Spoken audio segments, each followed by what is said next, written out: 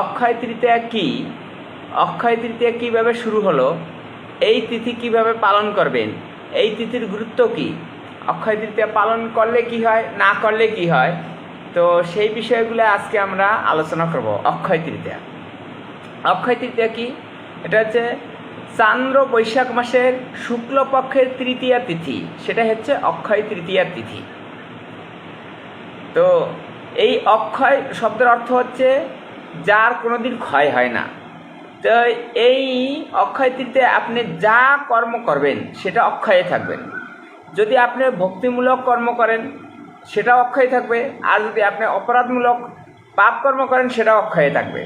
তো খুব সাবধান, এই দিনটা ভেবেচিন্তে অতিবাহিত করবেন। তো এই দিন কিভাবে পালন করবেন? এই দিনটা হচ্ছে ভগবানের নাম কীর্তন করবেন বেশি করে, হরে কৃষ্ণ মহামন্ত্র জপ করবেন, গীতা পাঠ করবেন, ভাগবত পাঠ করবেন, ভগবানের মহিমা শ্রবণ করবেন, অন্যকে বলবেন, তাহলে এই দিনটার আপনি সুফল লাভ করতে পারবেন। আর এই অক্ষয় তৃতীয়া এক গুরুত্বপূর্ণ দিন। এই দিন আমাদের বৈদিক ইতিহাসে অনেকগুলো ঘটনা ঘটেছিল। সেই বৈদিক ঘটনাগুলো আমি এখন আপনাদের সাথে শেয়ার করব। তো এই যে আমাদের 4টা যুগ আছে, সত্য, ত্রেতা, দ্বাপর, কলি। এই সত্যযুগ প্রথম শুরু হয়েছিল এই অক্ষয় তৃতীয়ার দিন থেকে। এটা আমাদের বৈদিক শাস্ত্র মৎস্য পুরাণে উল্লেখ করা আছে। তারপরে এই সত্যযুগের পর যে ত্রেতা যুগ, সেই ত্রেতা যুগও ঘটনাক্রমে যেদিন শুরু হয় সেদিন এই অক্ষয় তৃতীয়াই ছিল, এটা পদ্মপুরাণে বলা আছে। তো অক্ষয় তৃতীয়া দিনে কি হয়েছিল? এই দিন ওই স্বর্গলোক থেকে এই মর্তে গঙ্গা দেবী এসেছিলেন। আপনারা সবাই জানেন যে সগর মহারাজের 60,000 পুত্র, তারা কপিল মুনির চরণে অপরাধ করার ফলে কপিল মুনির অভিশাপে তারা ভস্মীভূত হয়ে যায়। আর এই সগর মহারাজ তিনি সারা জীবন তপস্যা করে গঙ্গাকে আনয়ন করতে পারেননি। তার পুত্র অসমঞ্জস্য, সেও আনতে পারেনি। তারপরে তার পুত্র দিলীপ, মহারাজ দিলীপ, সেও আনতে পারেনি। এই মহারাজ দিলীপের পুত্র ভগীরথ, তিনি সারা জীবন তপস্যা করে এই মা গঙ্গাকে সন্তুষ্ট করেছিলেন। আর সন্তুষ্ট করার ফলে মা গঙ্গা এই মর্তলোকে আসার জন্য প্রতিশ্রুতি দিয়েছিলেন। আর তার এই পূর্বপুরুষ 60,000 পূর্বপুরুষদের উদ্ধার করার জন্য গঙ্গা মা এই জগতে এই অক্ষয় তৃতীয়ার দিনেই এই মর্তলোকে নেমে আসে। তো এই দিনটা খুব গুরুত্বপূর্ণ। এই দিনে যদি আপনার কাছে গঙ্গা থাকে অবশ্যই গঙ্গা স্নান মিস করবেন না, অবশ্যই গঙ্গা স্নান করবেন। তারপরে এই দিনে কি হয়েছিল? এই দিনে ভগবান বিষ্ণুর যে ষষ্ঠ অবতার ভগবান পরশুরাম, তিনি এই অক্ষয় তৃতীয়ার দিন আবির্ভূত হয়েছিলেন। অক্ষয় তৃতীয়ার দিন প্রথম বেদ প্রকাশিত হয়। আমাদের যে বৈদিক শাস্ত্র বেদ, বেদ থেকে সকল শাস্ত্র উৎপত্তি, তো সেই বেদ প্রথম প্রকাশিত হয়েছিল এই অক্ষয় তৃতীয়ার দিন। ঘটনাক্রমে আমাদের যে বৈদিক শাস্ত্র মহাভারত, সবাই জানেন মহাভারতের কথা, কারণ টিভিতে অনেক সিরিয়াল হয়েছে, সবাই কম বেশি জানে। তো এই মহাভারত শাস্ত্র প্রথম রচনা করা হয় এই অক্ষয় তৃতীয়ার দিন থেকে। ব্যাসদেব রচনা করেন, ব্যাসদেব বলছিলেন, আর লিপিবদ্ধ করছিলেন গণেশজি এই মহাভারত। তো এই অক্ষয় তৃতীয়া থেকেই এইটা শুরু হয়েছিল। তারপরে এই অক্ষয় তৃতীয়ার দিন দ্রৌপদীর বস্ত্র হরণ করেছিল দুঃশাসন। দুর্যোধনের নির্দেশে দুঃশাসন কি করেছিল? দ্রৌপদীর বস্ত্র হরণ করেছিল। এই অক্ষয় তৃতীয়ার দিনে এই পাপ কর্মটা করেছিল, তাই এই কৌরবেরা সব অংশে সব বিনাশ প্রাপ্ত হয়েছিল এই অক্ষয় তৃতীয়ার পাপের ফলে। তারপরে ঘটনাক্রমে এই যে ভগবান জগন্নাথ, নীলাচলে যে ভগবান জগন্নাথ আছে, জগন্নাথ পুরীধামে, এই জগন্নাথ পুরীধামে এই অক্ষয় তৃতীয়ার দিন থেকেই কি হয়? রথযাত্রা, ভগবান জগন্নাথদেবের রথ তৈরির কাজ শুরু হয় অক্ষয় তৃতীয়ার দিন থেকেই। তারপরে আমাদের বৈষ্ণবদের সবচেয়ে প্রিয় অনুষ্ঠান কি হচ্ছে চন্দন যাত্রা। ভগবানের অঙ্গে যে চন্দন লেপন করা হয়, সেই চন্দন যাত্রাও শুরু হয় এই অক্ষয় তৃতীয়ার দিন থেকে এবং সেটা চলবে 21 দিন পর্যন্ত। আর এই 21 দিন এই পৃথিবীর তাপমাত্রা সবচেয়ে বেশি থাকে। আর এই গ্রীষ্মের প্রচণ্ড দাবদাহ যন্ত্রণায় তখন ভগবান তার ভক্তদেরকে নির্দেশ দিলেন যে তোমরা আমার অঙ্গে চন্দন লেপন করো। আপনারা সবাই জানেন যে মাধবেন্দ্র পুরীপাদ তিনি এই গোপালের নির্দেশে চন্দন এনে এই অক্ষয় তৃতীয়ার দিন থেকেই তার অঙ্গে চন্দন লেপন করেছিলেন। তাই এই অক্ষয় তৃতীয়া থেকেই চন্দন যাত্রা শুরু হয়। তারপরে আছে এই অক্ষয় তৃতীয়ার দিন এই কি হচ্ছে যুধিষ্ঠির মহারাজ বনবাসে থাকাকালে তিনি সূর্যদেবের উপাসনা করেছিলেন। আর সূর্যদেব সন্তুষ্ট হইয়া এই যুধিষ্ঠির মহারাজকে একটা থালি দিয়েছিল, সূর্য থালি উপহার দিয়েছিল। আর সেই থালিটার নাম ছিল কি অক্ষয় থালি। আর এই অক্ষয় থালির বৈশিষ্ট্য ছিল কি এই থালি থেকে যত প্রসাদ বিতরণ করবে কোনোদিন শেষ হবে না, তবে একটা শর্ত, ওইবারের মতো দ্রৌপদী যদি প্রসাদ নিবে তখন আর প্রসাদ হবে না। দ্রৌপদী খাওয়ার পরে আর অক্ষয় পাত্র থেকে কোনো প্রসাদ দেবে না ওইবারের মতো, ঠিক আছে? তো এই অক্ষয় পাত্র সূর্যদেব এটা যুধিষ্ঠির মহারাজকে দান করেছিল এই অক্ষয় তৃতীয়ার দিনে, এই জন্য ওই সূর্য থালির নাম হয়েছে অক্ষয় থালি। তারপরে আরো এই অক্ষয় তৃতীয়ার দিনেই কি হয়েছিল, ভগবান শ্রীকৃষ্ণ যখন শিশুপালের 100 অপরাধ ক্ষমা করলেন, তারপরও সে বারবার অপরাধ করেই চলছে, তখন কি করলো ভগবান শ্রীকৃষ্ণ সুদর্শনকে আহ্বান করলেন। আর সেই সুদর্শন চক্র এসে শিশুপালের মস্তক কেটে দিল। আর কোনো একটু অসাবধানতার কারণে ভগবান শ্রীকৃষ্ণের হাতের আঙ্গুল থেকে একটু রক্ত বেরোলো। আর দ্রৌপদী সেটা দেখে কি করলো, তার যে পরনে যে শাড়ি ছিল সেই শাড়ির আঁচল ছিঁড়ে সাথে সাথে ভগবান শ্রীকৃষ্ণের আঙ্গুলে বেঁধে দিলেন। সেই ঘটনাটা ঘটেছিল এই অক্ষয় তৃতীয় দিন। অক্ষয় তৃতীয় দিনে যে কাপড় দান করেছিল দ্রৌপদী ভগবান শ্রীকৃষ্ণকে, তার প্রতিদান স্বরূপ পরবর্তীতে যখন দ্রৌপদীর বস্ত্রহরণ করছিল এই দুর্যোধনেরা, তখন দ্রৌপদী ভগবান শ্রীকৃষ্ণ বা মধুসূদনের কাছে প্রার্থনা করেছিল, হে মধুসূদন, হে বিপদ ভঞ্জন মধুসূদন, আমাকে রক্ষা করো। কিন্তু দ্রৌপদী প্রথমে এক হাত তুলে প্রার্থনা করছিল। ভগবান অপেক্ষা করছে যে সে কেন পূর্ণরূপে শরণাগত হয়ে আমাকে না বলছে না, মানে দুহাত তুলে বলছে না কেন। তখন দ্রৌপদী তো তার যা শক্তি ছিল সে তার সম্ভ্রম রক্ষা করার জন্য আঁচল ধরে রাখছিল। কিন্তু এক সময় ওই দুঃশাসনের বলের সাথে আর পেরে উঠছে না, কারণ দুঃশাসনের শরীরে 10,000 হাতির বল ছিল। তখন আর যখন তার সম্ভ্রম রক্ষা করতে পারছে না, তখন দ্রৌপদী দুহাত তুলে, হে মধুসূদন, হে বিপদ ভঞ্জন শ্রীকৃষ্ণ, আমায় রক্ষা করুন। তখন দ্বারকা থেকে ভগবান শ্রীকৃষ্ণ এই বস্ত্র সরবরাহ করলেন। আর সেই তিথিটা ছিল এই অক্ষয় তৃতীয় দিন। তাই এই বস্ত্র অক্ষয় হইল। এই দুঃশাসনের কাজে 10,000 হাতির বল ছিল, সে কাপড় টানতে টানতে টানতে ক্লান্ত হয়ে সে ওখানেই অজ্ঞান হয়ে পড়ে গেল। কিন্তু দ্রৌপদীর আর বস্ত্র শেষ হলো না। তো এই ঘটনাটাও অক্ষয় তৃতীয়ার দিনেই হয়েছিল।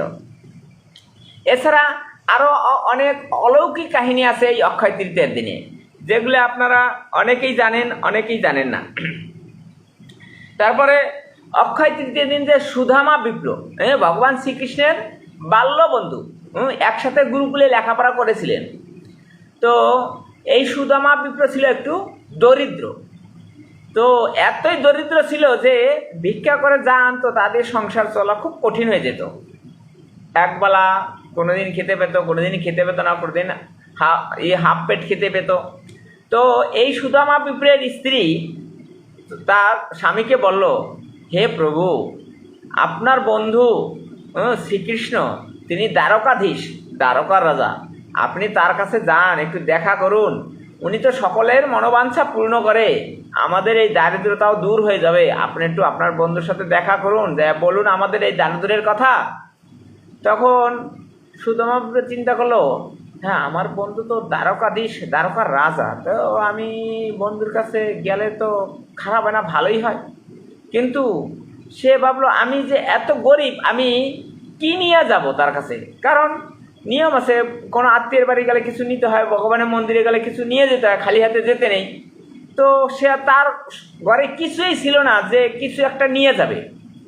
তো ওই ঘরের কলসিতে কোনো এক কোনায় ওই ভিক্ষার এক মুঠো চাল পড়েছিল। তাই কি করলো, তার স্ত্রী, ওই সুদামা বিপ্রের স্ত্রী, সেই চালটাকে ভেজে কাপড়ে পুটলিতে বেঁধে এই সুদামা বিপ্রের কাছে দিয়ে দিল, আর বলল, হে প্রভু, আপনি এইটা আপনার বন্ধুকে দিবেন।